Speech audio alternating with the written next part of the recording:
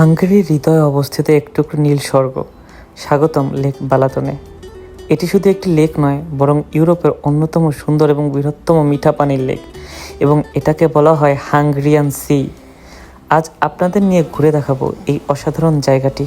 Welcome to Sunny mister Bangladesh. আমরা সকাল 5:30 বের হয়েছি, যে যার মতো বের হয়েছি, তবে আমি আর নাবিদ একসাথে যাব বলে ঠিক করেছিলাম। নাবিদের জন্য আমি ট্রাম স্টেশনে অপেক্ষা করতেছিলাম, কিন্তু ট্রাম আসে ট্রাম যায়, কিন্তু নাবিদ আসে না। অতঃপর নাবিদ আসলো এবং আমরা রেল স্টেশনের উদ্দেশ্যে রওনা দিলাম।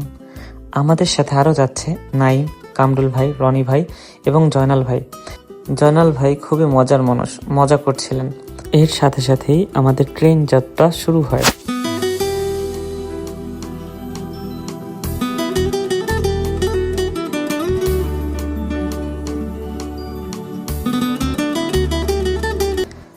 বুদাপেস্ট থেকে প্রায় 1.5 থেকে 2 ঘন্টার যাত্রার পরে আমরা পৌঁছে গেছি লেক বালাতনে।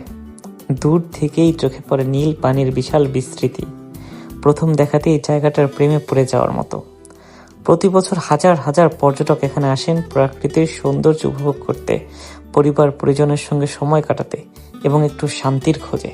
দেখুন চারপাশটা, স্বচ্ছ নীল পানি, হালকা বাতাস আর দূরে সবুজ পাহাড়ের সারি। শহরের ব্যস্ত জীবন থেকে দূরে এসে এখানে দাঁড়ালে মনে হয় সময় যেন একটু ধীর হয়ে গেছে। এই লেকের আরেকটি বিশেষত্ব হলো এর শান্ত পরিবেশ। যারা প্রকৃতি ভালোবাসেন তাদের জন্য এটি সত্যি একটি স্বপ্নের জায়গা। লেক বালাতনের আশেপাশে রয়েছে সুন্দর ওয়াকওয়ে, ছোট ছোট ক্যাফে এবং অসাধারণ ভিউ পয়েন্ট। হাঁটতে হাঁটতে প্রতিটি মুহূর্ত ক্যামেরাবন্দি করতে ইচ্ছে করে। গরমের সময় এখানে মানুষ সাঁতার কাটে, নৌকা ভ্রমণ করে এবং পরিবার নিয়ে পুরো দিনটা উপভোগ করে। ব্যক্তিগতভাবে আমার কাছে সবচেয়ে ভালো লেগেছে এখানকার শান্ত পরিবেশ। পানির দিকে তাকিয়ে বসে থাকলেও সময় কিভাবে চলে যায় বুঝতেই পারবেন না। যদি কখনো হাঙ্গেরিতে আসেন, তাহলে লেক বালাতন অবশ্যই আপনার ট্রাভেল লিস্টে রাখবেন, কারণ ছবি বা ভিডিওর যতটা সুন্দর লাগে, বাস্তবে তার চেয়ে অনেক বেশি সুন্দর। প্রকৃতির মাঝে কিছু মুহূর্ত এমন থাকে যা ক্যামেরায় পুরোপুরি ধারণ করা যায় না। লেক বালাতন ঠিক তেমনই একটি জায়গা। আজকের মতো ভিডিও এখানেই সমাপ্তি। এরই মাধ্যমে আমার শেষ হলো প্রথমবারের মতো লেক বালাতন ঘোরা।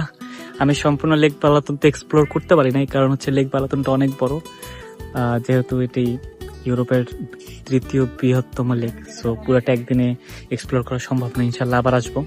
আজকের জন্য এই পর্যন্তই। দেখা হবে ইনশাল্লাহ নেক্সট ভিডিওতে। আসসালামু আলাইকুম।